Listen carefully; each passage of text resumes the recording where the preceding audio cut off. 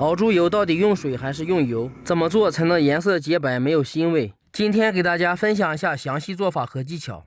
准备猪油2500克，去掉周围的瘦肉和杂质，处理干净，切成长条，稍微细一点，然后切成丁，稍微小一点，这样猪板油的出油率更高。全部切好，先放盆里备用。准备生姜200克，洗干净切片；大葱300克，斜刀切马蹄状；洋葱100克，切成丝。切好放托盘里备用。锅里加水，切好的猪板油冷水下锅，这样能更好的煮出里面的腥味。烧开以后撇掉浮沫，加入白酒或者料酒去腥，随着加热会慢慢挥发掉，不用担心残留到里面。浮沫撇干净，焯水2分钟捞出。锅洗干净，加入600克水，倒入猪板油。刚开始要开大火熬，水分蒸发的同时也能带走腥味。刚开始颜色有一点浑浊，这个属于正常。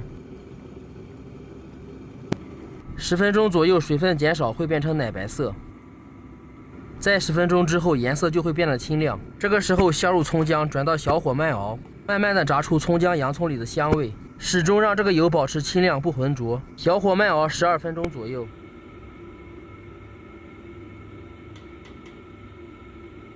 这个是10分钟以后的效果，有一点淡黄色，但香味还没有完全被激发出来。2分钟之后就会变成金黄色，葱姜、洋葱也都完全飘了起来。用细符漏捞出控油，稍微压一下。需要注意，葱姜一定不要炸糊，炸过火了，猪油就会变得浑浊，味道也怪怪的。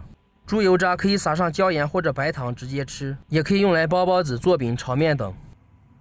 猪油罐里撒一点盐，放少量黄豆，温度稍微降低一些，把油舀进去。熬好的猪油看的时候是淡黄色，倒的时候是清亮的。盖上盖子，自然放凉。放几个小时以后，猪油就会凝固，而且颜色洁白，味道特别香，没有一点腥味。熬好的猪油可以用来炒菜、调素馅、做清汤面等。喜欢的朋友可以点赞收藏起来试一下。不知道做什么吃什么的，可以关注我，主页有几百道家常菜。明天见。